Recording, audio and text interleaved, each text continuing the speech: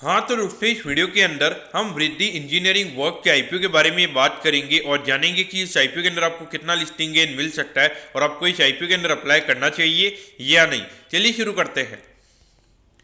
तो देखिए, सबसे पहले हम ये जानेंगे कि ये कंपनी क्या काम करती है, क्योंकि जो कंपनी है 2020 में ये कंपनी स्टार्ट हुई है, यानी कि लगभग 3 से 4 साल ये कंपनी को स्टार्ट हुए हो चुके हैं। क्योंकि जो कंपनी है ये कंपनी स्प्लाइसिंग सॉल्यूशन ये कंपनी प्रोवाइड करवाने का काम करती है, जो रियल इस्टेट और कंस्ट्रक्शन से रिगार्डिंग यहाँ पे जो कंपनीज होती है तो उन्हें ये कंपनी हमें सर्विसेज प्रोवाइड करवाती हुई नजर आती है।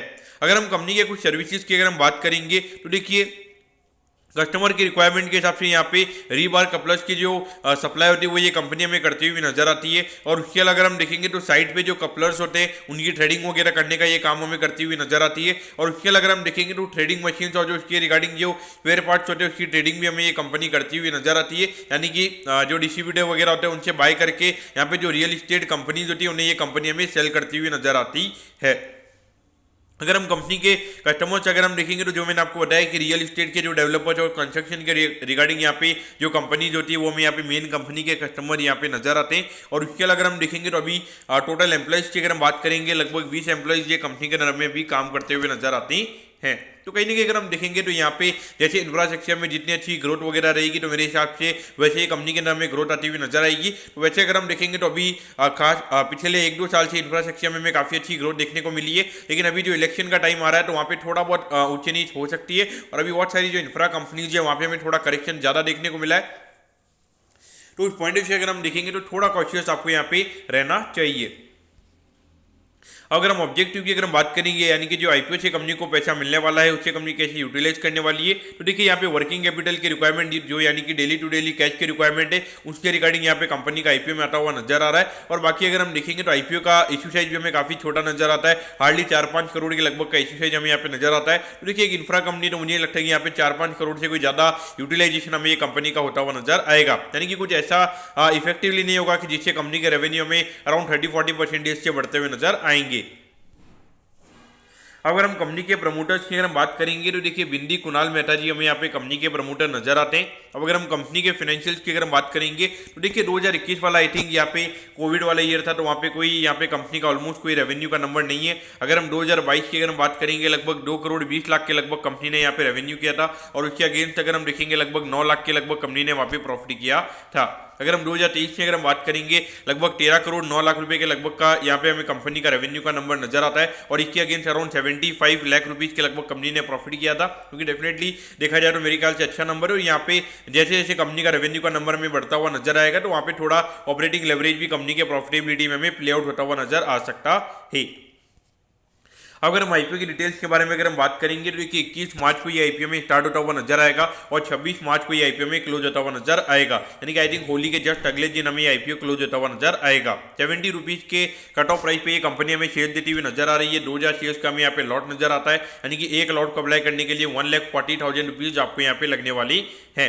अगर हम इश्यू साइज की अगर हम बात करेंगे तो देखिए, हार्डली 4 करोड़ 76 लाख रुपीज के लगभग का आईपीओ का इश्यू साइज हमें यहाँ पे नजर आता है। और जिसमें भी अगर हम देखेंगे तो यहाँ पे 35% का ही रिटेल कोटा हमें यहाँ पे नजर आता है। तो देखिए, नॉर्मली जो छोटी कंपनी होती है, खास करके जो 10 करोड़ के नीचे के आईपीओ होते हैं वहाँ पे 50% का रिटेल कोटा रहता है, 50% का एचएनआई कोटा रहता है। लेकिन यहाँ पे अराउंड 50% का क्यूआईबी कोटा है, यानी कि जो 4 करोड़ 76 लाख रुपीज के लगभग के जो शेयर्स हैं उसमें जो 2 करोड़ 38 लाख रुपीज के तो लगभग हमें यहाँ पे क्यूआईबी के पास में जाते हुए नजर आएंगे। और हो सकता है कि उसके नाम में कोई एंकर बुक भी हमें वहाँ पे नजर आए।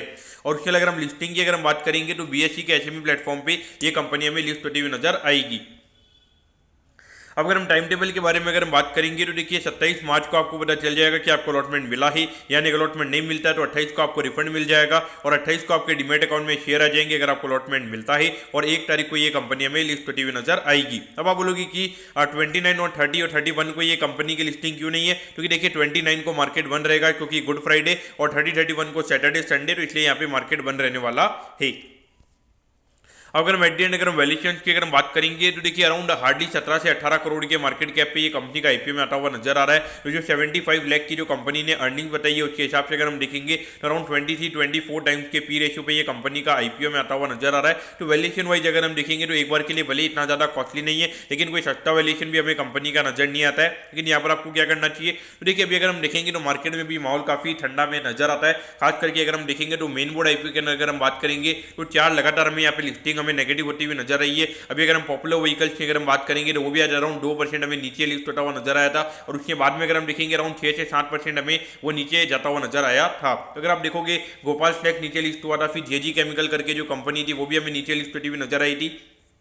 तो कहीं नहीं, अगर हम देखेंगे तो मेन बोर्ड आईपीओ से भी यहाँ पे थोड़ा बहुत लोगों को लगता है कि अगर मेन बोर्ड आईपीओ अगर ऊपर नहीं खोले तो डेफिनेटली यहाँ पे अच्छे आईपीओ में थोड़ा रिस्क वगैरह काफी ज्यादा रहता है उसके हिसाब से अगर आप देखोगे। और अगर हम अभी केपी ग्रीन की भी अगर हम बात करेंगे, जो आईपीओ काफी ज्यादा हॉट डिमांड में था, उसका लगभग अगर हम प्रीमियम की अगर हम बात करेंगे, जब आईपीओ का अनाउंसमेंट हुआ था जब लगभग 100 रुपए के लगभग वो उसका ग्रे मार्केट में जाता हुआ नजर आया था। लेकिन अगर हम देखेंगे तो अभी ऐसा मार्केट के सोर्सेज से ऐसा सुनने में मिल रहा है कि लगभग 4-5 रुपए के लगभग उसका ग्रे मार्केट हमें भी ट्रेड होता हुआ नजर आ रहा है। तो कहीं ना कहीं अगर हम देखेंगे तो यहाँ पे जिस तरीके से अभी मार्केट गिरा है, खास करके अगर हम स्मॉल कैप इंडेक्स की अगर हम बात करेंगे, लगभग 12 से 13% हमें स्मॉल कैप इंडेक्स ऊपर से गिरता हुआ नजर आया है। और उसके अलावा अगर हम निफ्टी की भी अगर हम बात करेंगे, लगभग 3 से 4% हमें भी निफ्टी भी गिरता हुआ नजर आया है। तो इस हिसाब से अगर आप देखोगे तो अभी मार्केट में माहौल अभी देखेंगे थोड़ा ठंडा में यहाँ पे नजर आता है, और जहाँ पे भी इतने ज्यादा एसएमई आईपीओ आ रहे हैं, तो कहीं ना कहीं अगर हम देखेंगे तो अभी सब्सक्रिप्शन जो है वो हमें सब्सक्रिप्शन के नंबर्स अभी काफी कम होते हुए नजर आ रहे हैं।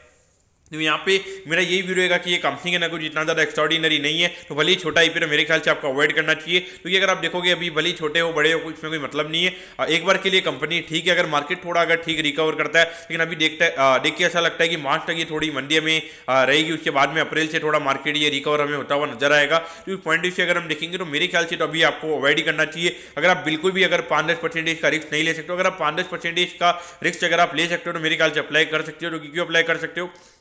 तो देखिए आईपीओ का अगर हम साइज की अगर हम बात करेंगे, काफी छोटा आईपीओ का साइज नजर आता है, और उसमें भी रिटेल कोटा काफी कम है। तो एक बार के लिए हो सकता है कि लिस्टिंग के दिन यहाँ पे फ्री फ्लोट हमें कम होता हुआ नजर आएगा, यानी कि जो दबा के जो शेयर बेचने को आ जाते हैं रिटेल पब्लिक, तो वो कहीं ना कहीं हमें यहाँ पे कम नजर आएगी। तो उस पॉइंट से एक बार के लिए आपको अच्छा अगर मार्केट रहता है तो वहाँ पे डेफिनेटली अराउंड 30-40% का प्रीमियम मिल सकता है। लेकिन अगर हम देखेंगे अगर मार्केट ठंडा रहेगा तो एक बार के लिए नीचे भी कंपनी में लिस्ट होती हुई नजर आ सकती है। तो उस पॉइंट से आपने इसे देखना चाहिए। तो दोस्तों मैं कहता हूँ कि वृद्धि इंजीनियरिंग के आईपीओ के बारे में आपको सब कुछ समझ में आ गया होगा। अगर आपकी कोई भी क्वेरीज है आप कमेंट कीजिए, मैं जरूर आपके कमेंट पर रिप्लाई करूंगा। ओके दोस्तों, thank you, have a nice day.